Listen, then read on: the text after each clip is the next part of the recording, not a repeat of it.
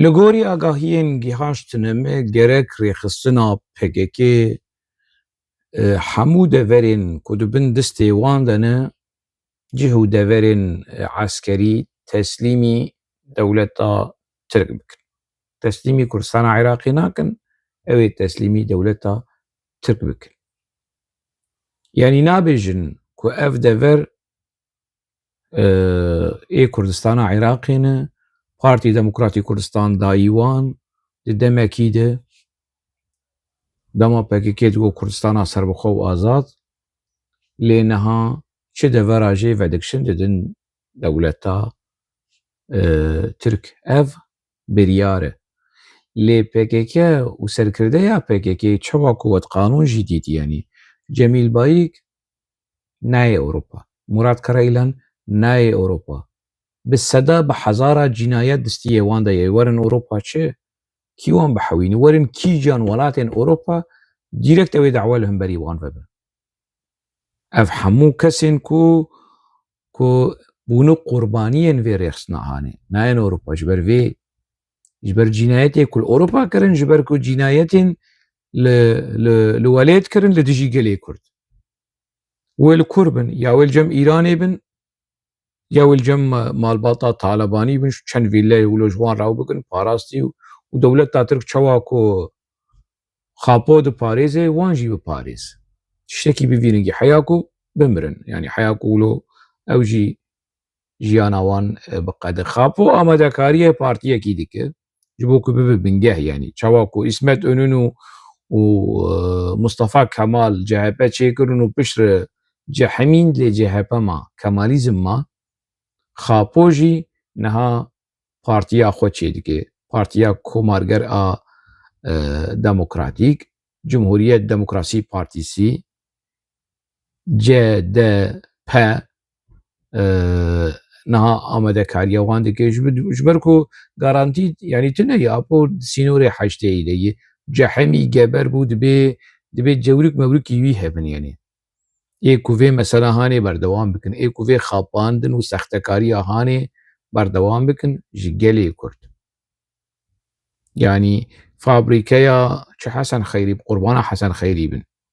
Ez nizanim yekî xayînekî wilo di nava dîroka gelê Kurd li Bakurê Kurdistanê pîstirîn xayîn, genîtirîn xayîn ku derkeve ez xapo pê bipîvim, muqayese bikim, yani ez nabînim. Ez nabînim yanî yekî wekî xapo hebe. Rêxistinekî bi vî rengî niha dixwazin amade bikin lê metirsî ne ew e. Metirsî mayîna PKK û silahê PKK û çekê PKK li garê. Karta dewleta Tirk a eskerî. Hêzên dewleta Tirk ê eskerî ê ne resmî. Ne yanî hêzên dewleta Tirk naskirî ne yanî. Lê ê wekî PKK wekî qurociyên dewleta Tirk lê di hundirê Kurdistana Iraqê de wekî cehşên dewleta Tirk lê di hundirê Kurdistana Iraqê de di herêma garê de egerman xeteriya wî pir mezin e. Ez çûme garê. Ez di 2070 havîna 2070 ez li garê bûm û min dît garê û bergarê û siyanê û hebûna PKK li wê derê ez çemê xazir ez li wê deverê geriyame 2070. Salên piştî wê jî dema ku em wekî turîst ez çûm Kurdistanê 2022 bû 23 bû tiştekî wilo dîsa ew herêmên turîstîk hemû dibin armanca bombe û fîşekên PKK de ye. Yani herêma garê ji bo herêma Behdînan rewşekî pir xeterî eger bimîne di distê PKK de rewşekî ewlehî pir xeterî çê dike. Lewma ez divê biqey herêma Kurdistanê ji vê mesela hanê hişyar e, gelê Kurd jî hişyar e. Eger PKK nemîne dibe temamî nemîne. Hebûna wanî eskerî nemîne. Yani dewleta Tirk têkeve garê wê xeteriya dewleta Tirk belkî بلکې ێریشی توریزمê neke bomba yanî bi ekonomiya Herêma Kurdistanê ewlehiya Herêma Kurdistanê belkî wekî PKK nelîzî ber ku PKK pir xerabî pir pîstî kiriye lê ez li dijim hêza artêşa Tirk di hundirê Kurdistana Başûr de hêzekî dagirker e.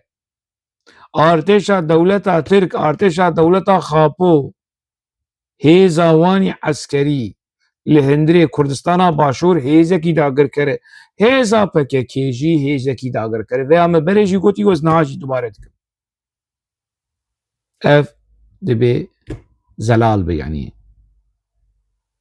Lewma van metirsiyê han min pêwîstî dît ku ez bînim ziman yanî zengilê hişyariyê li zengilê hişyariyê bidim û bi tundî jî rexne bikim. Hebûna dewleta Tirk, hebûna rêxistina terorê a PKK û hevkariya di navbera her du aliyan de ku rewşa Başûrê Kurdistanê ewlehî, ekonomî têxin nava metirsiyên mezin ku zerer û ziyan bigêne ezmûneya Kurdistana Federe, bigînin civaka Kurd, bigînin sivîlên gelê Kurd û civaka gelê Kurd li Başûrê Kurdistanê.